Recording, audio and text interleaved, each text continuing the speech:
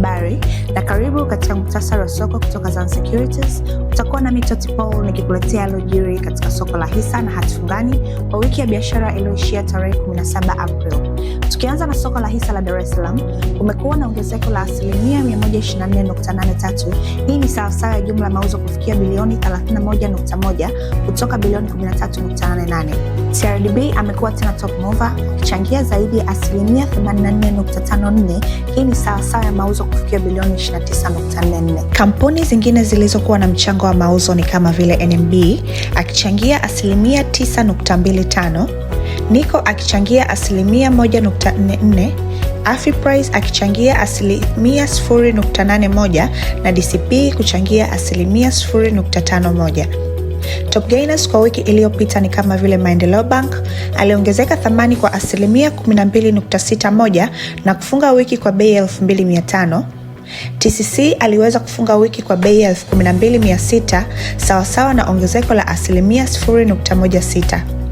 Top losers kwa wiki iliyopita ni kama vile Precision Air alipungua thamani kwa asilimia 12.04 na kufunga wiki kwa bei ya 475.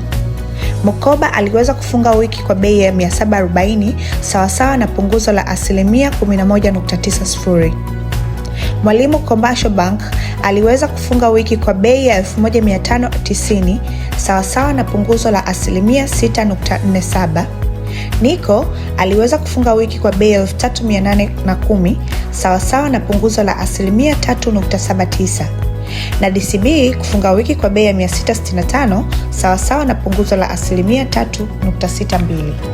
Tukihamia soko la hati fungani, soko la awali, yani primary market, Jumatano ya tarehe 15 April mwaka 2026 kulikuwa na mnada wa hati fungani ya miaka 10 ambapo kiwango cha usajili kilikuwa asilimia 126.55, kiwango cha riba kilikuwa asilimia 10.5.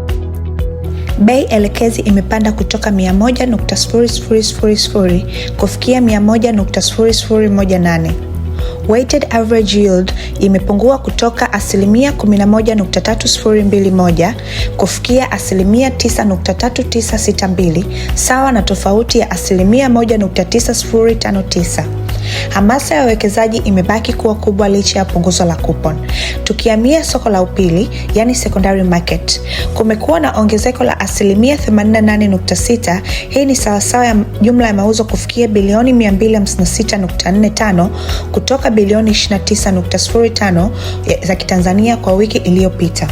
Hati fungani iliyouzika zaidi ni hati fungani ya miaka 15.